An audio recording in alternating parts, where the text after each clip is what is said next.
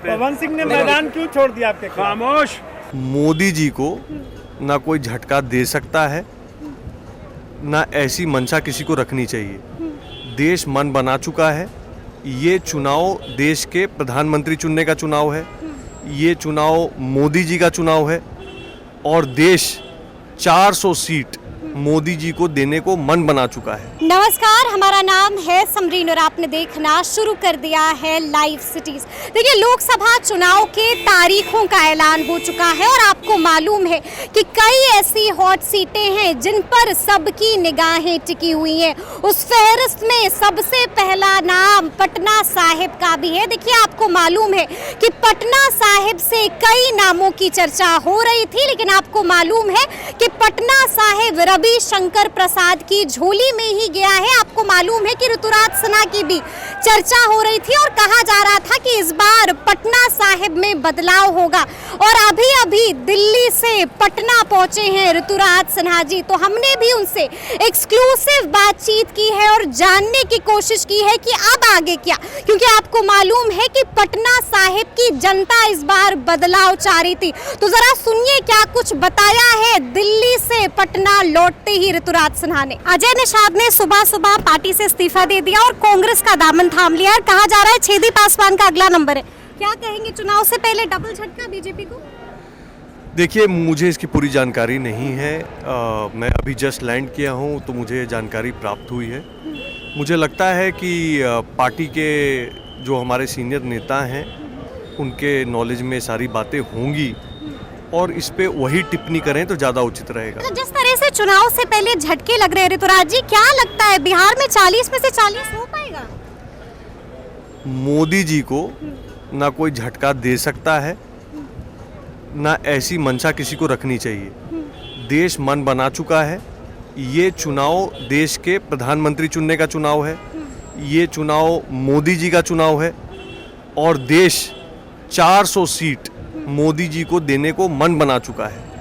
इसके अलावा और कोई विषय मैटर ही नहीं करता। अच्छा, आपको मालूम है ना कि पटना साहिब की जनता नाराज हो गई है। पटना साहिब की जनता चाह रही थी कि ऋतुराज सिन्हा को मौका मिले, रविशंकर जी को मौका मिला है। नाराजगी है, कैसे समझाएंगे ऋतुराज जी? देखिए, ये विषय मुझे लगता है कि इसको बढ़ाया चढ़ाया जा रहा है। ऐसी कोई बात नहीं है।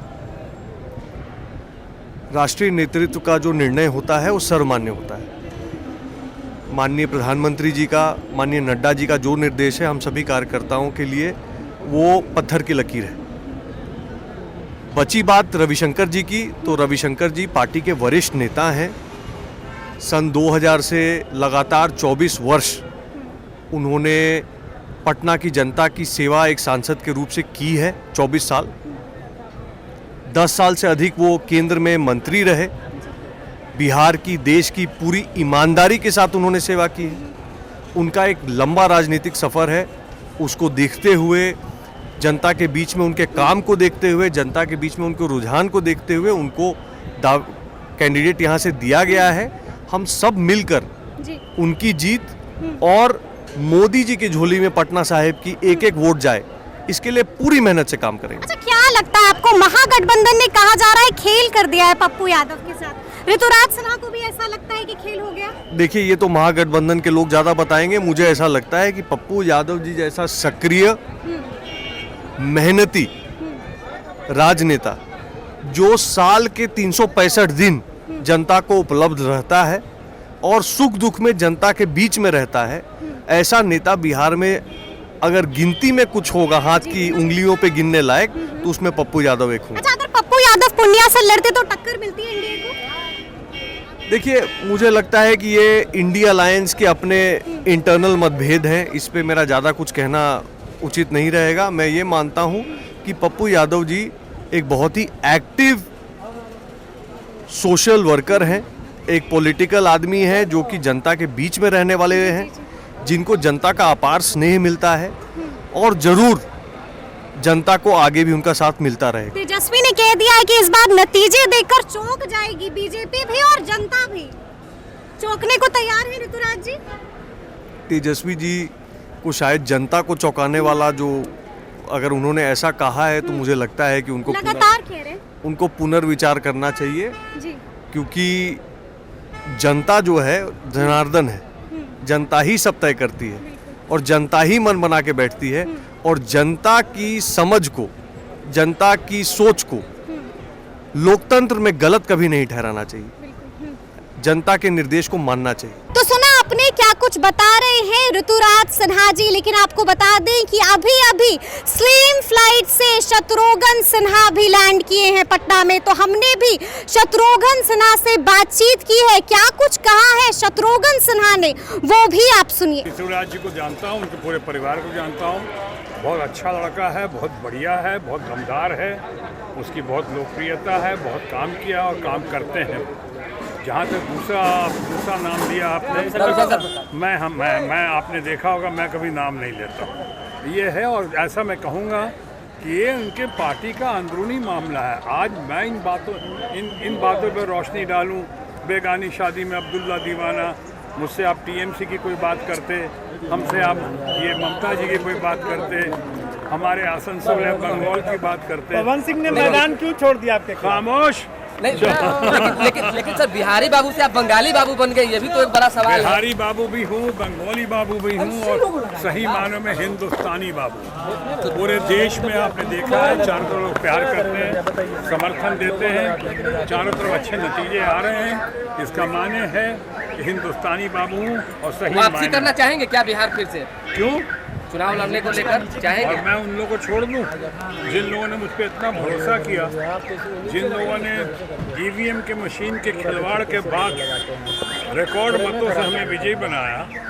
जो हमारी ममता जी देश की सबसे कद्दावर, सबसे प्रोमिनेंट, सबसे इम्पोर्टेंट, सबसे पॉपुलर लीडर हैं, उन्होंने मुझ पर इतना विश्वास जताया, मैं उनके साथ दगा करूं संभव नहीं। वक्त बिखर गया सर, इंडिया गठबंधन तो बिखर गया। संजय सिंह को जमानत मिल गई है, सुप्रीम कोर्ट ने दिया है जमानत। बहुत बहुत वेलकम, बहुत अच्छा लगा। सत्यमेव जयते। आज जिस तरह से ईडी के पास जवाब नहीं था सवालों का, सुप्रीम कोर्ट में साफ जाहिर होता है, जैसा हम लोग कह रहे थे, साफ दिखता था कि संजय सिंह को फंसाया गया था। उनके ऊपर जिस तरह के मुकदमे डाले गए बगैर सबूत के, मैं समझता हूँ वैसा ही होगा। अब केजरीवाल के मामले में भी, जैन साहब के मामले में, सिसोदिया जी के मामले में ऐसा ही होगा, मुझे पूरा विश्वास है। इसलिए मैंने कहा शुरू में सत्यमेव जयते, ये सब विजयी टीएमसी होकर अकेला क्यों बेदाग होकर बाहर निकले। इंडिया गठबंधन से टीएमसी अलग क्यों हो गई है? इंडिया गठबंधन से टीएमसी अलग क्यों? तो सुना आपने क्या कुछ बता रहे हैं ऋतुराज सिन्हा, क्या कुछ कहा है शत्रुघ्न सिन्हा ने। देखिए शत्रुघ्न सिन्हा ने भी पटना पहुंचते ही ऋतुराज सिन्हा की जमकर तारीफें की हैं और ऋतुराज सिन्हा ने भी साफ साफ बहुत कुछ बता दिया है कि आगे आगे क्या कुछ होगा। बता दिया है कि 4 तारीख को नतीजे किसके हक में आने वाले हैं, ये भी बता दिया है। और आपने सुना है कि पटना पहुंचते ही ऋतुराज सिन्हा ने पप्पू यादव को लेकर भी बहुत कुछ बोला है, पप्पू यादव की तारीफें भी की है और तेजस्वी यादव पर भी कड़ी टिप्पणी की है। क्या कुछ कहा है ऋतुराज सिन्हा ने, क्या कुछ कहा है शत्रुघ्न सिन्हा ने, आपने सुना है। तो ये पूरी बातचीत आपको कैसी लगी है कमेंट करके हमें ज़रूर बताइएगा। तो इस तरह के तमाम अपडेट्स के लिए ऐसे ही हमारे साथ बने रहिएगा और देखते रहिएगा लाइव सिटीज़। बहुत शुक्रिया।